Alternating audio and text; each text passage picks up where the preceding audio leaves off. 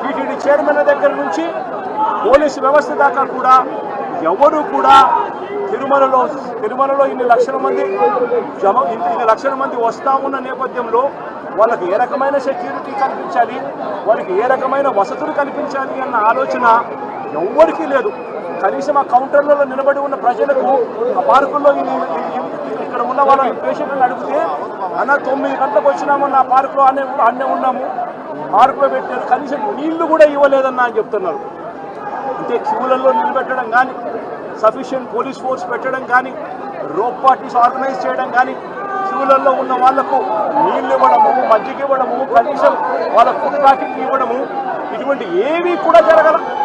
కనీసం వీళ్ళు మనుషులుగా ఉన్నారు అని పట్టించుకున్న పరిస్థితి కూడా ఎక్కడా లేదు. గాలికి వదిలేశారు నిర్లక్ష్యంగా.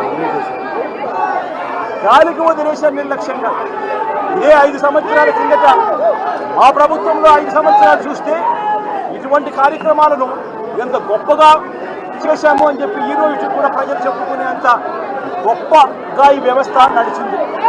అలాంటిది ఈరోజు చూస్తే కనీసం నీళ్ళు ఇచ్చేవారు లేరు, క్యూలలో నిలబెట్టేవాళ్ళు లేరు, పోలీసులు కనీసం రోప్ పార్టీలు అక్కడ ఉండి జాగ్రత్తగా క్యూలలో పర్యవేక్షించే వాళ్ళు లేరు, కనీసం క్యూలలో ఉన్న వాళ్ళకు తిండి నీళ్లు ఇచ్చే పరిస్థితి కూడా లేని పరిస్థితిలో ఈ వ్యవస్థ నడుస్తూ ఉంది. ఇంత దారుణంగా నిజంగా వ్యవస్థ ఉంది. ఇదే పెద్ద మంచి చంద్రబాబు నాయుడు గారిని నేను గట్టిగా డిమాండ్ చేస్తా ఉన్నా. ఇది ప్రభుత్వం చేసిన తప్పు, ప్రభుత్వం తప్పిదం వల్ల ఈ ఇన్సిడెంట్ జరిగింది. ప్రభుత్వం పూర్తిగా బాధ్యత తీసుకోవాలి. చనిపోయిన వాళ్ళకు కనీసం ప్రతి ఒక్కరికి కూడా గవర్నమెంటే బాధ్యత తీసుకొని ప్రతి ఒక్కరికి కూడా కనీసం అంటే ప్రతి ఒక్కరికి 50 లక్షల రూపాయలు కనీసం ఎక్స్గ్రేషియా ఇవ్వాల్సిన అవసరం ఉంది.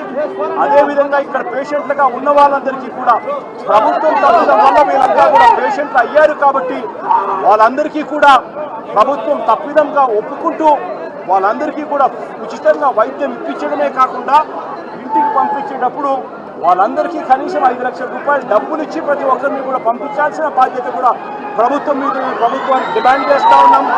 అదేవిధంగా బాధ్యత తీసుకోవాల్సిన ప్రభుత్వం బాధ్యత తీసుకోవాలని కూడా గట్టిగా డిమాండ్ చేస్తూ ఉన్నాం. దీంట్లో బాధ్యులు చంద్రబాబు నాయుడు గారు, టీటీడీ చైర్మన్ గారు, TTD EO, TTD additional EO. ఎందుకంటే వీళ్ళే ఎంతమందిని ప్రవేశింపజేయాలి అని చెప్పి వీళ్ళు ఆదేశాలు ఇస్తారు కాబట్టి వీళ్ళు కూడా బాధ్యులు. అదేవిధంగా ఎస్పీ, కలెక్టరు వీళ్ళు కూడా ఈక్వలీ రెస్పాన్సిబుల్ పీపుల్.